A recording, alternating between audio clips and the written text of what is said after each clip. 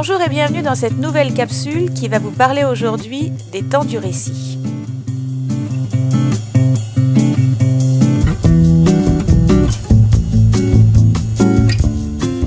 Comment choisit-on les temps pour raconter ? À l'oral, on raconte souvent des faits passés au passé composé. À l'écrit, en revanche, on va préférer le passé simple. On utilisera l'imparfait pour le compléter. Mais attention, l'imparfait va s'utiliser également à l'oral en complément du passé composé.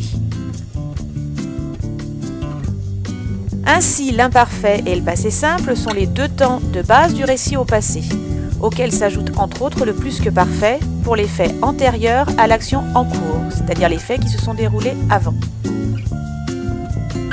Quelles sont les valeurs du passé simple ? Il peut être utilisé pour évoquer une action de premier plan qui est délimitée dans le temps. Il peut être utilisé pour évoquer une succession d'actions qui vont faire avancer le récit. Et enfin, il peut être utilisé pour exprimer une action unique qui ne se déroule qu'une seule fois. Quelles sont maintenant les valeurs de l'imparfait ? Il va être utilisé pour des actions de second plan non délimitées dans le temps. Il peut être utilisé pour la description de décors, de gens, de choses. Et enfin, l'imparfait est utilisé pour les répétitions ou pour les habitudes.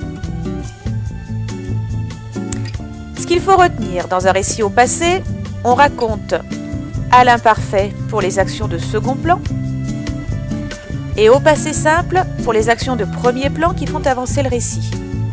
On utilisera le plus que parfait pour les faits antérieurs à cette action.